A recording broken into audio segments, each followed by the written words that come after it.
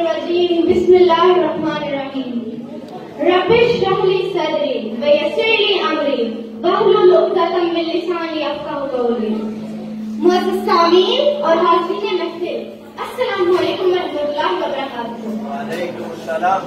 وہ لٹے پٹے سے قافلے جو وطن بنا کر چلے گئے، وہ لٹے پٹے سے قافلے جو وطن بنا کر چلے گئے، جو نہ رک سکے نہ جھک سکے، جو چمن سجا کر چلے گئے. ہمیں یاد ہے، ہمیں یاد ہے. نشان یہی ہے زمانے میں زندہ قوموں کا کہ صبح شام بدلتی ہیں ان کی تقدیریں. جناب صدر، پنجاب سے بنگال سے جوان چل پڑے، سرحدی بلوچی پٹھان چل پڑے، گھر بار چھوڑے بے سر و سامان چل پڑے، ساتھ اپنے مہاجر لیے قرآن چل پڑے، اور قائد ملت بچلے ہونے کو قربان. اور جی ہاں علی بکار، 1947 کو ایسے بنایا تھا ہم نے اپنا پیارا پاکستان. جناب والا، یہ ہے سندھ جہاں ظالموں کا ٹولہ تھا. پھر یہاں محمد بن قاسم نے اللہ اکبر بولا تھا کہ ان کے لشکر میں اسلام کی بجلی اور ایمان کا شعلہ تھا، کہ ان کے ایمانوں نے لاکھوں جانوں کے نذرانوں نے دیا ہمیں یہ جہاں جسے ہم کہتے ہیں پاکستان. جناب عالی، یہ ہے پنجاب جو ہمارے ملک کی شان، مینار پاکستان. یہاں گونجی ہے فضا پاکستان زندہ باد کے نعروں سے. یہ صبح سجا ہے بڑے بڑے درباروں سے.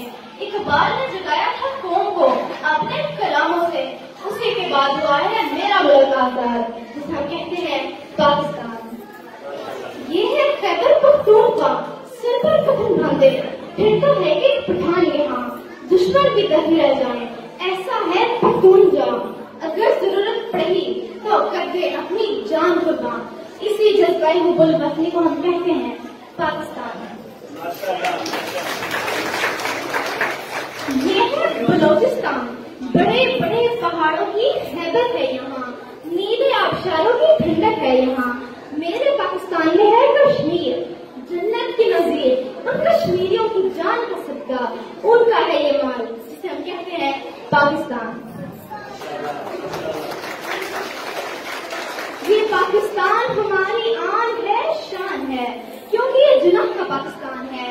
پاکستان کی فلاح کے لیے ہمیں جذبہ حب الوطنی کی ضرورت ہے تاکہ ہمارا ملک پاکستان ترقی کے راہ پر گامزن ہو سکے.